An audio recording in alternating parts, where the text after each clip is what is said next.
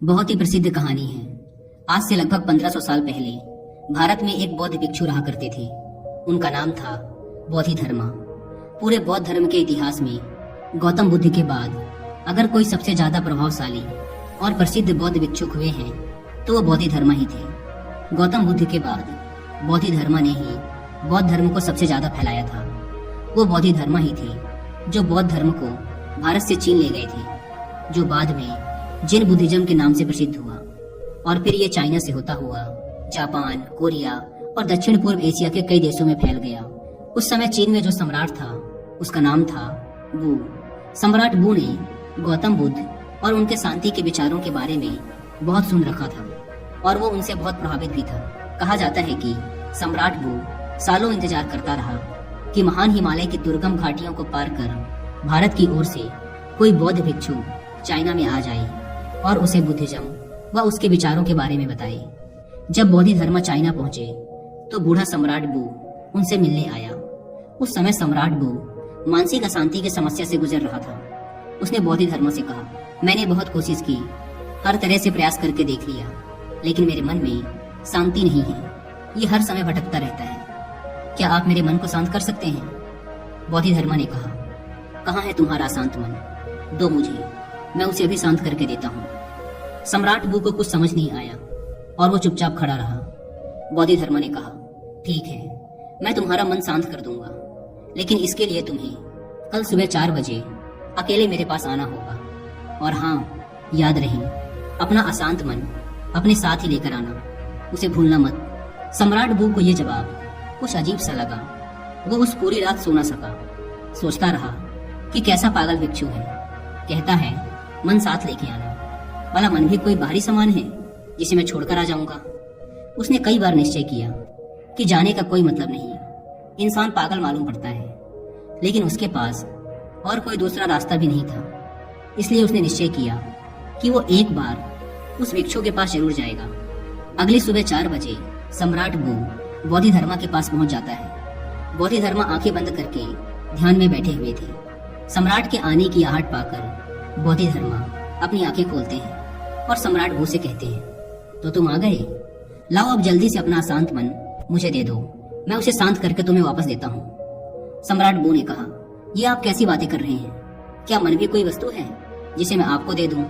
ये तो मेरे अंदर है, मेरे सिर की हड्डियों के अंदर है। बोधिधर्मा ने कहा, तो इससे एक बात तो साफ है कि तुम्हारा मन तुम्हारे ही अंदर है। सम्राट ने कहा, हाँ, मेरा मन मेरे ही अंदर है। बोधिधर्मा ने कहा, तब फिर तुम अपनी आंखें बंद करके बैठ जाओ और अपने उस अशांत मन को अपने भीतर खोजो। जैसे ही तुम्हें तुम्हारा अशांत मन मिल जाए मुझे बताना, मैं उसे शांत कर दूंगा। बोधिधर्मा का ये जवाब भी सम्राट वू को अजीब लगा, लेकिन वो कर भी क्या सकता था। उसने अपनी आंखें बंद की और अपने मन में उठने वाले विचारों को देखने लगा।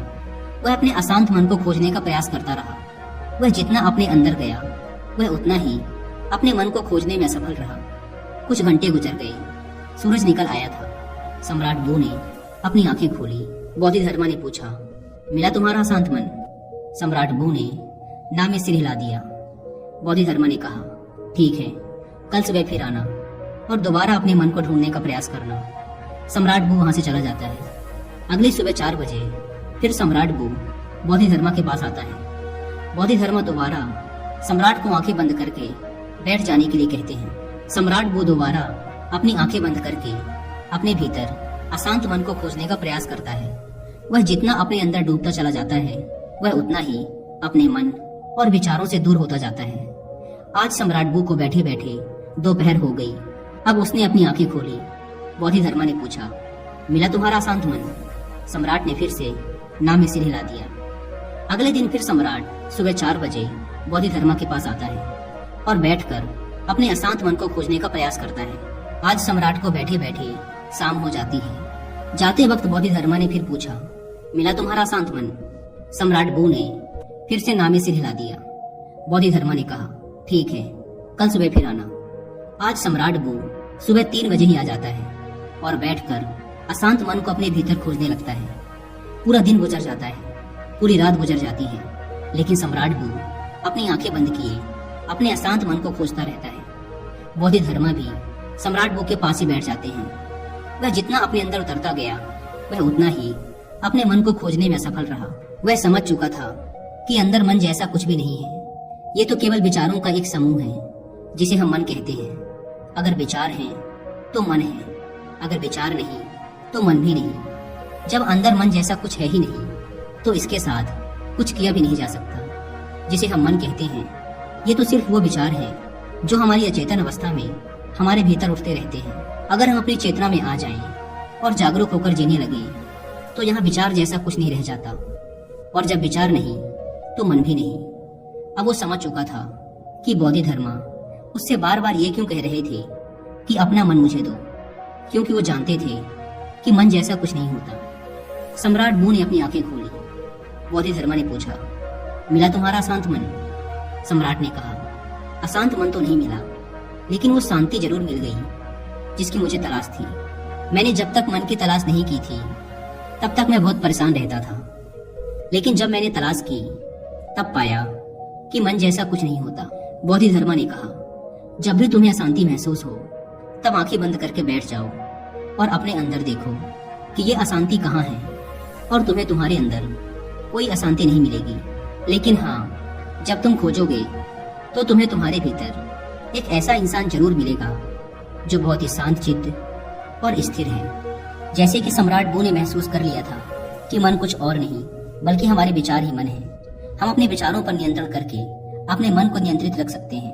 अगर आप ये सीखना चाहते हैं कि अपने विचारों पर काबू कैसे किया जाए तो इसके लिए आप 2 बुक्स पढ़ सकते हैं, जिसमें से पहली बुक है बुद्धास ब्रेन और दूसरी बुक का नाम है बीइंग टू बिकमिंग बुद्धा। अगर आपके पास इन बुक्स को पढ़ने का टाइम नहीं है तो आप इन दोनों ही बुक्स की हिंदी में बुक समरी में सुन सकते हैं कुकू एफएम ऐप पर। कुकू एफएम इंडिया का one of the best audio book platform है, जहां पर आप एक बुक से भी कम की कीमत पर हजारों बुक्स को ऑडियो फॉर्मेट में सुन सकते हैं, वो भी अपनी मनपसंद लैंग्वेज में। जैसे कि आप सब जानते हैं कि इस प्लेटफॉर्म के 1 साल का सब्सक्रिप्शन पड़ता है 399 रुपीज का, लेकिन अगर आप यूज करते हैं कूपन कोड WI50 तो पहले 250 लोगों को मिलेगा 50% का डिस्काउंट, और सिर्फ 199 रुपीज में पूरे 1 साल तक हजारों ऑडियो बुक्स का एक्सेस। अगर आप इस ऐप को डाउनलोड करना चाहते हैं तो link description and pin comment पर मिल जाएगी। अगर हम अपने जीवन में देखें तो हमारे चारों तरफ ऐसे लाखों लोग हैं जो मानसिक अशांति से परेशान हैं। वो सभी इस मानसिक बीमारी से बाहर आना चाहते हैं, लेकिन उन्हें पता नहीं कि इससे बाहर कैसे आया जाए। और अगर कुछ लोग इससे बाहर आने का प्रयास भी करते हैं तो कुछ शुरुआती असफलताओं के बाद वो हार मान जाते हैं, और फिर ये मानसिक अशांति मरते दम तक उनके साथ रहती है। कई बार कुछ मानसिक विचार शारीरिक दर्द से भी ज्यादा दर्दनाक होते हैं, और ये इंसान का जीवन बहुत मुश्किल बना देते हैं। लोग इस मानसिक अशांति से गुजरते हैं क्योंकि वो कभी भी अपने अशांत मन को खोजने का प्रयास नहीं करते। वो कभी भी अपने भीतर झांक कर ये देखने का प्रयास नहीं करते कि असल में इस मानसिक अशांति का कारण क्या है। जैसे कि हमने ऊपर कहानी में देखा कि मन जैसी कोई चीज हमारे अंदर नहीं होती। असल में मन हमारे अंदर उठ रहे विचारों का समूह है, क्योंकि हम अचेतन तरीके से बस कुछ भी सोचे जा रहे हैं। कभी बीते हुए कल के बारे में सोचते हैं तो कभी आने वाले कल के बारे में। इन विचारों की भागा दौड़ी में हम ये भूल ही चुके हैं कि जीवन ना तो भूतकाल में है और ना ही भविष्य में। जीवन तो आज में है, इसी पल में है, जिसे हमने जीना ही छोड़ दिया है। अगर हम अपनी चेतन अवस्था में रहना सीख जाएं, जागरूक होकर अपने अंदर चलने वाले विचारों को देखना शुरू कर दें, तो धीरे धीरे हमारे अंदर उठने वाले विचार कम होना शुरू हो जाएंगे।